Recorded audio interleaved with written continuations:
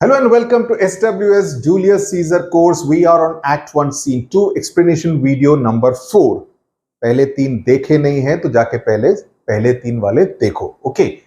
This one involves a new character called Casca, who we haven't really met significantly so far. Okay. He's pretty significant in light of what happens with Julius Caesar's assassination later on in the play.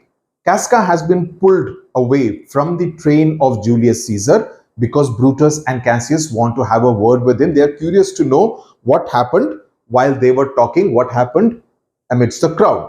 Casca says, "You pulled me by the cloak. Would you speak with me?" So he says, "You pulled me by my cloak." Now, what is a cloak? Cloak is a sleeveless outdoor loose garment that Roman senators used to wear. And he asked, "Do you want to speak to me?" So Brutus says, "Yes, Casca, tell us what had chanced today that Caesar looks so sad." So why is it that Caesar is looking so sad? What really happened? Because you were there while anything may have happened. Casca says, "Why you were with him? Were you not?" So Casca says, "Weren't you with him?" Brutus says, "If I should not ask, then ask Casca what had chanced." So he says, "If I was there, will I ask you?" क्या बात करते हो यार? कुछ भी. Casca says, "Why there was a crown offered him, and being offered him, he put it by with the back of his hand thus, and then the people fell a shouting." So he says that there was a crown that was offered to him. Crown, yani ki mukut. A crown that was offered to him, and when it was being offered to him, Caesar refused it. He pushed it away, okay, with the back of his hand like this, and then the people started shouting. Okay, so this is precisely what happened. Brutus says, but there was a second noise. What happened then? Okay. Why? For that also, that they shouted thrice. What was the last cry for? So Cassius, it shows their observation and they were very keen to know what happened. Why? For that also happened. Okay. So Brutus says, was the crown offered to him thrice? That means that 3 times they shouted. Was the crown offered to him thrice? Yes, indeed. That's what happened. Marry means indeed, because marry to be sure or indeed. That's how Shakespeare used the word marry. So marry ko jaake shaadi karke likh ke mat aa jana. Okay, marry means in Shakespeare language it means indeed or to be sure. Done. Was it, and he put it by thrice, every time gentler than the other. That is, the third time was more gently kind of pushed than the second. The second time was pushed more gently than the first time. So there was a difference in the manner in which he was pushing aside the crown. And at every putting by, mine honest neighbors shouted. Why is he calling them mine neighbors, honest neighbors? It shows Casca's contempt for the commoners who love Caesar. So he doesn't kind of like, so he's being sarcastic saying that, mine honest neighbors, as in the people around him, the commoners. Okay, so with every rejection, every putting by, every time he was rejecting the crown, they were kind of shouting and cheering for him. Cassius says, who offered him the crown? Casca says, why Antony? Of course, Antony. Brutus says, tell us the manner of it, gentle Casca. So he's saying that, noble Casca, please tell us what happened. Now, noble, gentle Casca can mean in terms of person, which Casca is actually not. It also, in terms of noble, means, that he's born to a good family, well born, high ranking. So in that sense also, it can be used. It can have both meanings. Okay. Casca says, I can as well be hanged as tell the manner of it. I can as well be hanged as tell the manner of it. It was mere foolery. I did not mark it. I saw Mark Antony offer him a crown, yet it was not a crown, neither it was one of those coronets. Now, what is he saying? He says, I would much rather be hanged than described it. So he's having a sense of contempt. You are asking me to describe what happened there. I would much rather be hanged. I could do something worse, but not describe it. So he's really not very happy to be describing what really happened at that particular place. So what does it show? It shows that a sense of contempt, a sense of also dislike for what happened, because Julius Caesar was the one who was being offered the crown. It was mere foolery. It means it was completely foolish.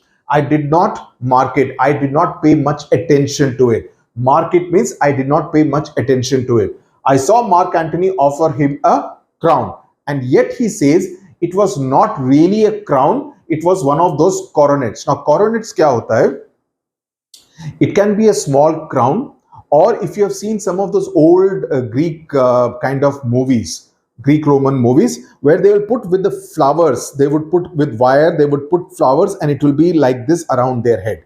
They would put those long ropes and they would put those flowers ke saath, some kind of a thing. That also is referred to as a coronet. So he says it was not really a mukut kind of a crown, a king's crown, but it was either a small crown or one of those kind of a coronet. So that's what he's kind of referring to. Okay, it's like a band which is worn around the head. Okay, and as I told you, he put it by once, but for all that, to my thinking, he would fain have had it. So he's saying that, as I told you, Caesar rejected it once, right?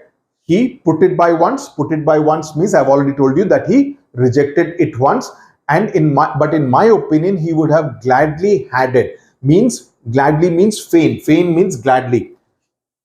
He would have had gladly had it. Caesar wanted to have it, but he was basically saying that he was putting on this kind of a shosha, that ki mere ko nahi chahiye, I don't want it. But in reality, Caesar actually wanted the crown. Okay, then Antony offered to him again, and Caesar refused it again. Put by, but in my opinion, my thinking. So he says, but in my opinion. So it was offered to him again, then he rejected it once again. But in my opinion, he was very loath to lay his fingers off it. He was very reluctant. Loath means he was very reluctant to remove his fingers off the crown, to lay his fingers off it. That he did not want to leave the crown, but he was doing this dramabazi. Like many of our politicians also do a lot of dramabazi, right? So similarly, he's saying that he was doing a lot of dramabazi in order to make it appear to the crowd that he did not want the crown. I don't want to be the king, kind of a thing. Every time Mark Antony was offering it to him, right? It is so very similar to a lot of this kind of theatrics that many of our own politicians do, right? So, or world politicians do. So that's why Julius Caesar is a very relevant play even in the times that we live in today. And then he offered it the third time, he put it the third time by. So he rejected the third time. Okay. So that's what happened. And even as he refused it, the crowd hooted and clapped with their chapped hands. Okay. Let me move ahead. Third time, he put it the third time by, and still as he refused it, the rabblement hooted. Rabblement is again a very derogatory kind of word. He's kind of very contemptuous of the crowd. Rabble rousers bolte hai na, basically very noisy kind of a crowd. So has a sense of contempt for all those kind of commoners, and that comes through every time Casca speaks. Either he uses sarcasm or he uses a word like this, which is deeply contemptuous. So he says they hooted, that is they cheered, and in a very rough kind of manner, because cheering is different from hooting, right? And clapped with their chapped hands. Now, what is chapped hands? Chapped hands is essentially dry and sore hands. Okay, dry and sore hands. So it again shows a slightly, labor class kind of a worker kind of a class kind of people are doing it. So he is kind of trying to convey it through by using a phrase like chapped hands, and threw up their sweaty nightcaps, again referring to the worker class mentality, that they're sweating and they're not kind of upper class like him. So Casca's personality comes through in this paragraph, in this passage, very strongly, that he has a sense of, the mindset of someone who is at a higher position than many of the commoners, and he kind of looks down upon them. He looks down upon them. He is not someone who is very kindly disposed towards many of the people. So it displays a disdain towards the sweaty masses. So he's saying that they threw their sweaty hats and roared their stinking breath, and uttered such a deal of stinking breath that their breath was not fresh. So what are the three things that he's talking about? He's talking about the stinking breath, they're talking about their sweaty nightcaps, and he's talking about their chapped hands. Please remember these three things. It can be asked as an MCQ question.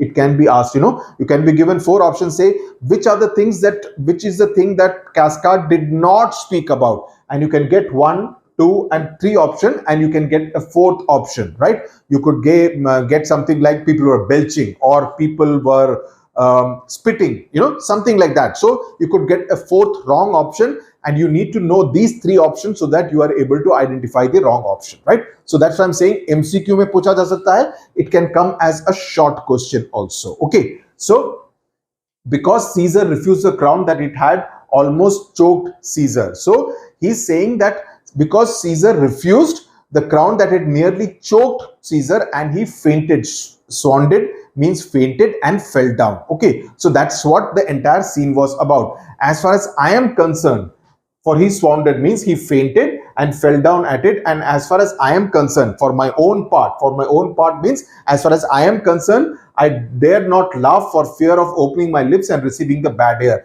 I did not laugh because if I laugh, I would be inhaling the bad air by the whole lot of foul breath that many of the commoners had. So again, showing a sense of disdain for all these people. I hope this passage is now clear. But soft, I pray you, what did Caesar faint? Swoon means did Caesar faint? So Cassius is kind of surprised and he wants to know more details about it. Casca, he fell down in the marketplace and foamed at the mouth, and he was speechless. So that's precisely what happened, that he fell down and foamed at the mouth and he could not speak. Brutus, it is very like he had the failing sickness. Failing sickness means he has the falling sickness. Okay, that is epilepsy. Cassius says, no, Caesar has it not, but you and I and honest Casca, we have the falling sickness. Okay, so he is saying that it is not he who has epilepsy or he has the falling sickness.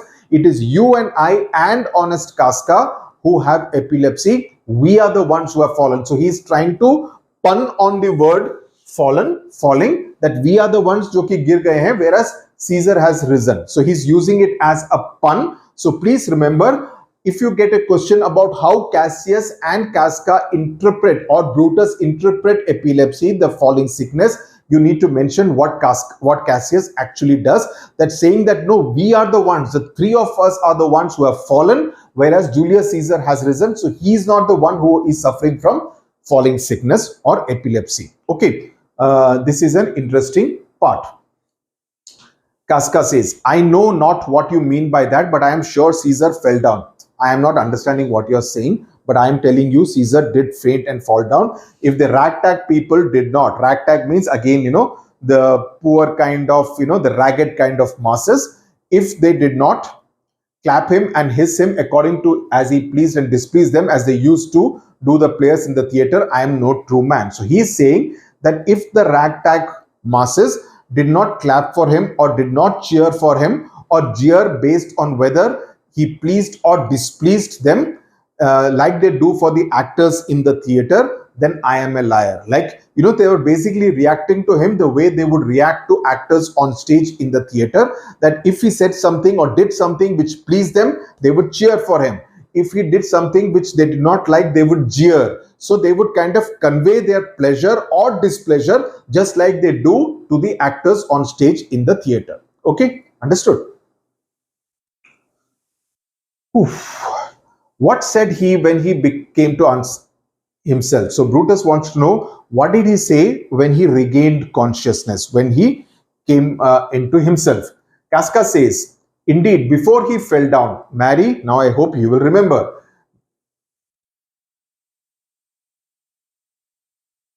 You can actually say, when you grow up and your parents ask, will you marry her or will you marry him? You can also say, yeah, marry, because marry will then mean indeed. Bad joke. Mary, before he fell down, when he perceived the common herd was glad, he refused the crown. He plucked me open his doublet and offered them his throat to cut. Now, Caesar has done something extremely dramatic, and that's what Casca is now describing in this particular passage. He says, indeed, before he fell down, when he realized that the commoners were glad that he refused the crown. Now, that's something very surprising. Why did the commoners feel glad that he refused the crown? So the commoners were reacting in a particular way, and he was refusing the crown. Now, was it an element of that they approved of it or disapproved of it? He pulled open, that is, he plucked me open, his robe, and offered them his throat to cut. That, my throat can be cut. And if I were a man, Casca says, agar mujh mein ye kabiliyat hoti, if I were a man who was endowed of this occupation with the skills of actually being able to cut the throat, and if I had not taken him at his word, okay, if I had not taken him at his word, I wish I could have gone to hell among the rogues. So Casca wishes that he had taken up the offer and taken up Caesar's offer and killed him. Okay, because he says that he opened his robe and offered them his throat to slit. So I would have gone to hell among the rogues. So he would have actually done that. When he came to himself again, he said, if I had done or said anything amiss, he desired their worships to think it was his infirmity. So he says, then he fainted. And when he regained consciousness, he said to the crowd that if he had done or said anything wrong, he wanted them to know that it was caused by his falling sickness, by his sickness. And 3 or 4 men who were standing near Casca, they cried, Allah's good soul, and forgave him with all his heart. So he's doing this kind of drama that, he wants to have their support, or perhaps he actually suffers from epilepsy. We don't know. So he kind of does this, and the people are quite taken in by what Julius Caesar did. And Casca goes to the extent of saying that if Julius Caesar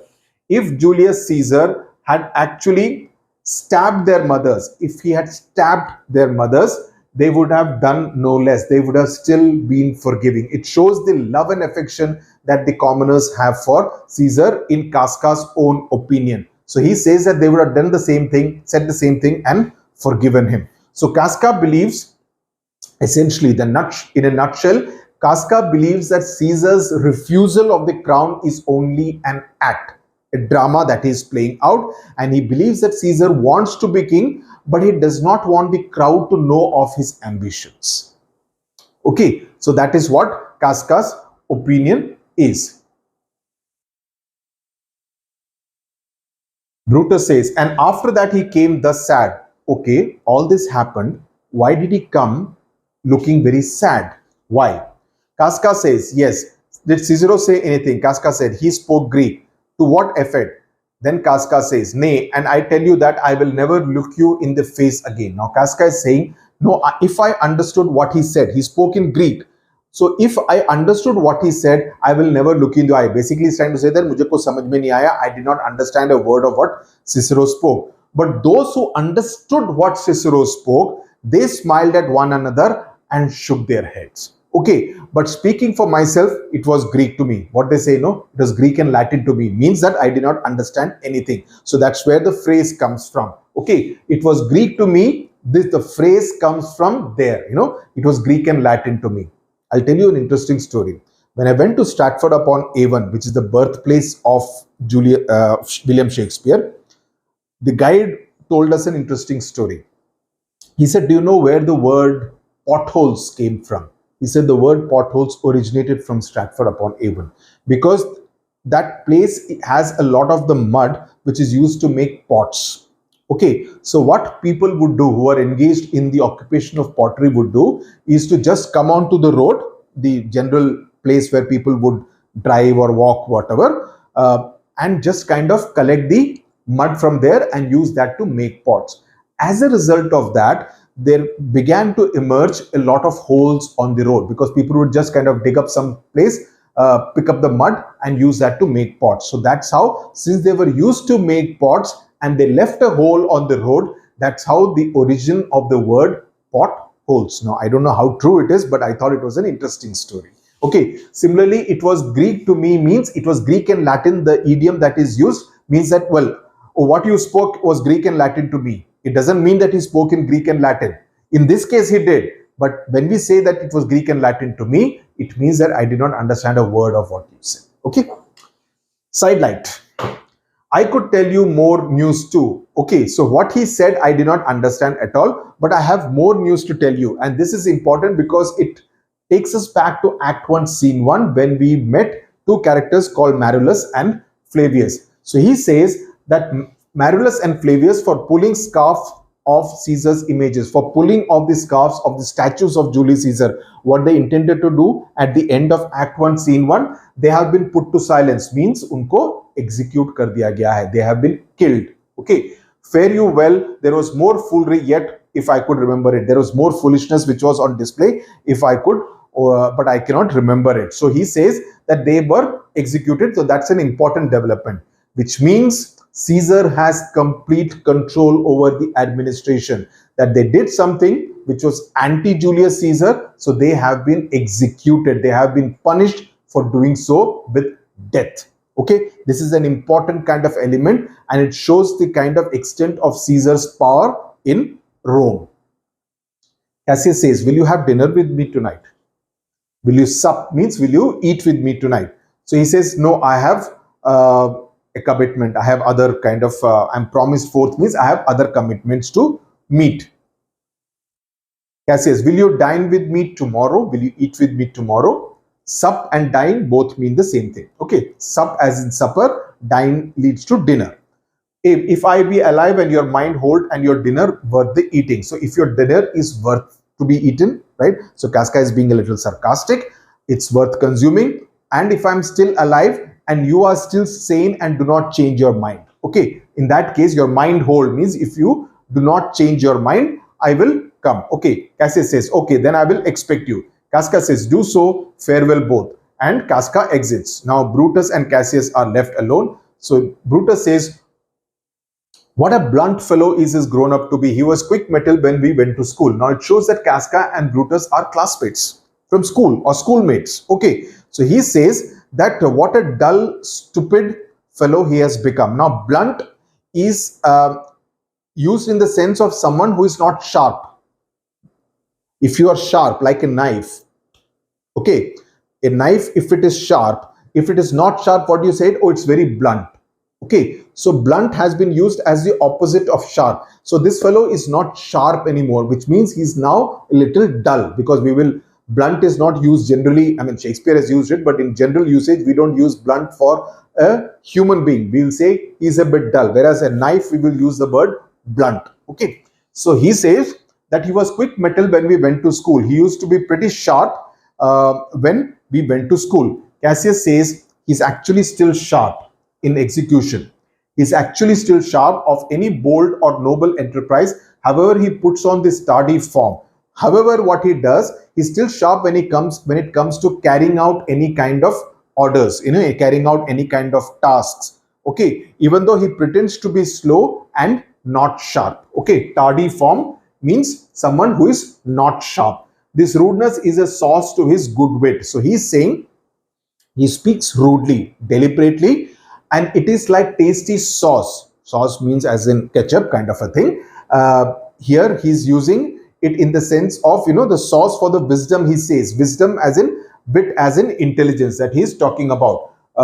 So he says, which gives men's stomach to digest his words with better appetite. So he uses rudeness as some kind of, to make it more interesting, as a sauce kind of thing. When you use sauce with some kind of dish, it just tastes a little better, right? So that's what makes people enjoy listening to him. Okay, so that's what he says, with better appetite. It kind of digests his words with better appetite. They enjoy listening to him. Brutus says, so it is. For this time, I will leave you. Tomorrow, if you please to speak with me, I will come home to you. So now I will leave. If you want to speak to me tomorrow, I will come to your home. Or if you will come home to me and I will wait for you. Or you can come to my home. I will do so. Till then, think of the world. Think of the Roman Republic. Think of the well-being of the Roman Republic. That's what he means by because the world for them was the Roman Republic. Brutus exits. Brutus and then Cassius says, well, Brutus, thou art noble, yet I see thy honorable metal may be wrought from that it is disposed. So he's saying that you are a noble person, Brutus, yet I see that your honorable nature can actually be changed, can be wrought, can be changed from its natural inclination. What is your natural disposition? And you are a noble person, but I can see that it can be altered. So it shows the Machiavellian nature of Cassius, that he wants to kind of change the noble nature of Brutus. So he says that therefore it is best that noble minds should associate only with other noble minds, with their likes. Okay, with their likes. And it's only appropriate. Meet means it's only appropriate that noble minds keep ever with their likes. Okay, he says, because who is so firm that cannot be seduced? So he says, who is so firm that his mind cannot be changed? In that sense, seduced has been used. Caesar doth bear me hard, but he loves Brutus. But if I were Brutus now and he were Cassius, he should not humor me. Now he's saying these lines are very important. And it shows what Cassius thinks of himself also. He's saying that Caesar does not like me. He has a grudge against me. Bear me hard means he has a grudge against me. He does not like me. And we have already seen that in explanation video number 3. He gives the different reasons. He does not smile. He does not see plays. He does not watch music, hear music. He's a dangerous kind of a person. He's of a thin and a lean and hungry kind of a disposition. A lot of reasons that he gave. So Cassius is aware that Caesar does not like him, right? He has a grudge against him, but he loves Brutus. Which is why that line, you too, Brutus.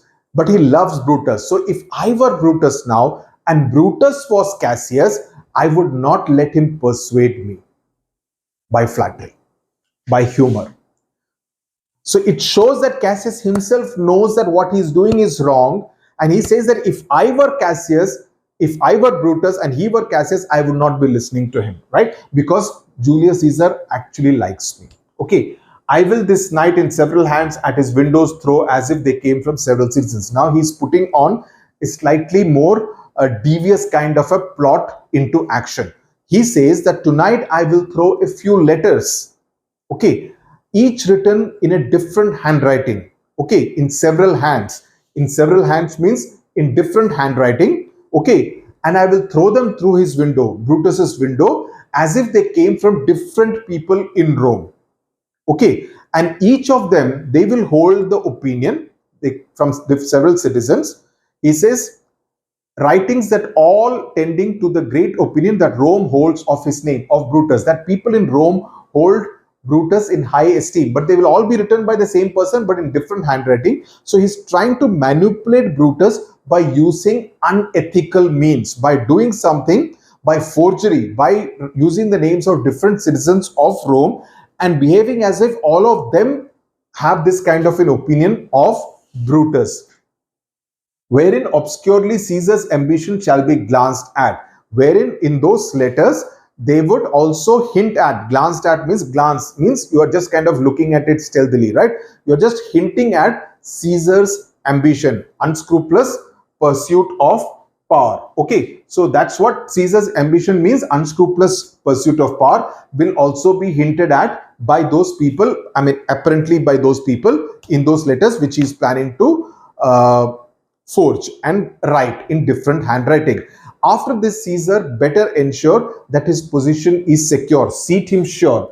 After this, Caesar should try to ensure that his position is absolutely secure, for we will shake him, hum hila denge, or worse days endure. So he says either we will shake out Caesar's throne, Caesar's position of power, that is overthrow him, or endure many hard days, that worse days endure, or obviously kind of endure worse days. So that's what he's kind of very determined to kind of make life miserable for Julius Caesar. With that, he exits. So with this, we have come to the end of Act 1, Scene 2, right? I hope there is clarity. You have understood. We will move to Act 1, Scene 3, which is also an interesting and important scene because we get to meet more characters who are part of this assassination plot, and it takes place in an atmosphere which is not really very conducive. Thank you very much for watching. Tata, bye bye. Stay well, stay safe.